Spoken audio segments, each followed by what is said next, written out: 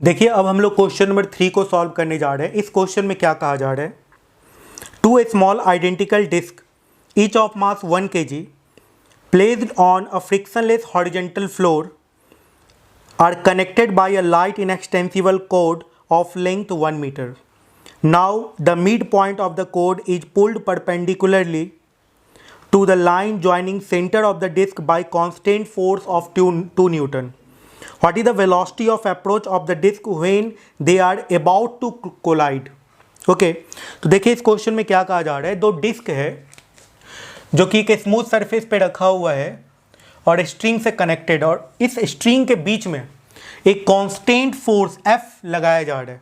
Okay ये disc का mass equal है, ये लेंथ भी इक्वल है, इसका लेंथ का वैल्यू L दे रखे हैं, कुछ देर के लिए हम लोग R एज्यूम कर लेते हैं। इस पे फोर्स F लगाया जा रहा है, ये भी R होगा। तो क्या होगा, कुछ देर के बाद ये जो दोनों डिस्क होगा ये कुछ इस तरीके से हो जाएगा और फोर्स ऐसे लग रहा होगा, टेंशन T होगा, इसमें टेंशन T होगा, ठीक है, इसमें टेंशन T होगा, दोनों में सिमिलर टेंशन होगा, ये थीटा एंगल होगा तो ये थीटा एंगल होगा। तो फोर्स का जो वैल्यू होगा इस केस में, देखिए इसका ये कंपोनेंट लिखिएगा, इसका ये कंपोनेंट लिखिएगा, तो 2t cos थीटा का वैल्यू F के बराबर हो जाएगा, ठीक है। तो इस केस में टेंशन का वैल्यू कितने के बराबर आएगा बताइए, टेंशन का वैल्यू आएगा F/2 cos थीटा। टेंशन कुछ इस तरफ लग रहा होगा, ओके, और टेंशन इस तरफ लग रहा होगा। टेंशन का जो ये कंपोनेंट होगा, ये कंपोनेंट कितना होगा, T sin थीटा। ये इस ऑब्जेक्ट को, इस डिस्क को परपेंडिकुलरली, फोर्स के डायरेक्शन से परपेंडिकुलरली एक्सेलरेट कराएगा। तो T का ये कंपोनेंट कितना होगा, T sin थीटा, मतलब ये कितना आ गया, F/2 tan थीटा। ये आ गया T sin थीटा का वैल्यू, और T sin थीटा के कारण इसमें परपेंडिकुलर डायरेक्शन में एक्सेलेरेशन आएगा। इसका मास m है, तो आप लिख सकते हैं T sin theta equals to ma। तो T sin theta equals to ma आ गया, जो कि इस डायरेक्शन में, ठीक है। तो ma का वैल्यू हो जाएगा F/2 tan थीटा, ठीक। अब एक बात समझिए, एक्सेलेरेशन को क्या लिख सकते हैं, dv/dt, तो इसको लिख देते हैं m dv/dt and that is equals to F/2 tan theta. Okay, दोनों तरफ d थीटा से मल्टीप्लाई कर देते हैं, तो दोनों तरफ जब d थीटा से मल्टीप्लाई कर देंगे तो d थीटा/dt क्या आ जाएगा, ओमेगा। तो ये आ जाएगा m omega dv and that will be equals to F/2 tan theta d theta. सही है यहाँ तक। अब यदि ऊपर नीचे रेडियस से आप मल्टीप्लाई कर दीजिएगा, इसमें यदि ऊपर नीचे रेडियस से मल्टीप्लाई कर दीजिए तो ओमेगा आर एक वेलोसिटी होगा।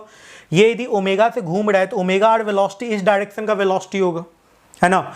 तो ओमेगा आर ये है और ये जो dv है वो तो इस डायरेक्शन में चेंज आ रहा है, तो आपको इसका कंपोनेंट लिखना होगा, ठीक है। तो इस डायरेक्शन में जो वेलोसिटी है v वो कितने के बराबर आएगा, ये थीटा है तो ये आ जाएगा थीटा के बराबर, तो ये आ जाएगा ओमेगा आर कॉस थीटा, है ना, ठीक है। ये ओमेगा आर है तो ये omega R cos theta that is equals to B omega R cos theta that is equals to V. तो ओमेगा आर का वैल्यू आ गया v/cos थीटा। तो ओमेगा आर को क्या लिख सकते हैं, v/cos थीटा, मतलब जो dv है ना उसका जो v है उसका वैल्यू कितने के बराबर है, ओमेगा आर कॉस थीटा के बराबर है। तो यहाँ पे लिख देते हैं ओमेगा आर को क्या लिख देते हैं, v/cos थीटा। तो v/cos थीटा लिख दीजिए, तो m/r v/cos theta dv and that will be equals to क्या, F/2 tan theta d theta. अब यहाँ पे है जो भी कैंसिल आउट हो रहा है उसको कैंसिल आउट करना है, उसके बाद इंटीग्रेट करना है। तो देख लेते हैं कैसे होगा, देखिएगा।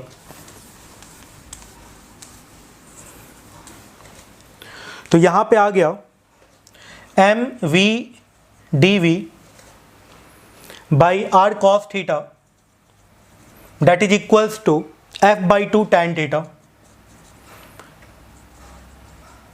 d theta.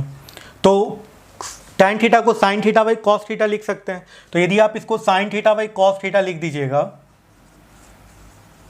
तो cos थीटा कैंसिल आउट हो जाएगा और यहाँ पे क्या बच जाएगा, m/r v dv that is equals to F/2 sin theta D theta, और लिमिट ऑफ इंटीग्रेशन यहाँ पर भी लगेगा, यहाँ पर भी लगेगा।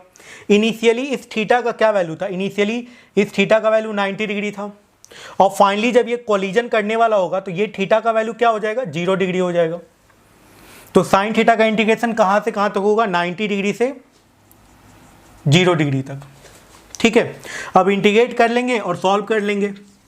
तो यहाँ पे क्या आ जाएगा, M R V square by 2 that is equals to F by 2। Sine theta का इंटीग्रेशन क्या होता है, साइन थीटा का इंटीग्रेशन होता है माइनस कॉस थीटा,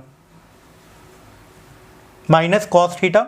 लेकिन एक पॉइंट और देखना होगा आपको, यहाँ पे डी थीटा, थीटा का वैल्यू डिक्रीज कर रहा है या इंक्रीज कर रहा है, डिक्रीज कर रहा है, तो डी थीटा का वैल्यू निगेटिव होगा ना।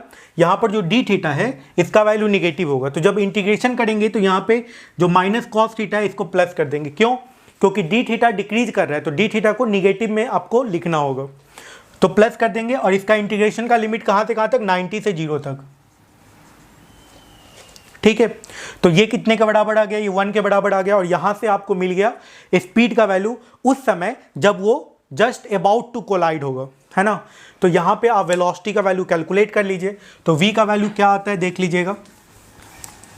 तो v का वैल्यू आता है 2 से 2 कैंसिल आउट हो जाएगा, और ये 1 आ गया पूरा। तो M B square by R equals to आ गया f।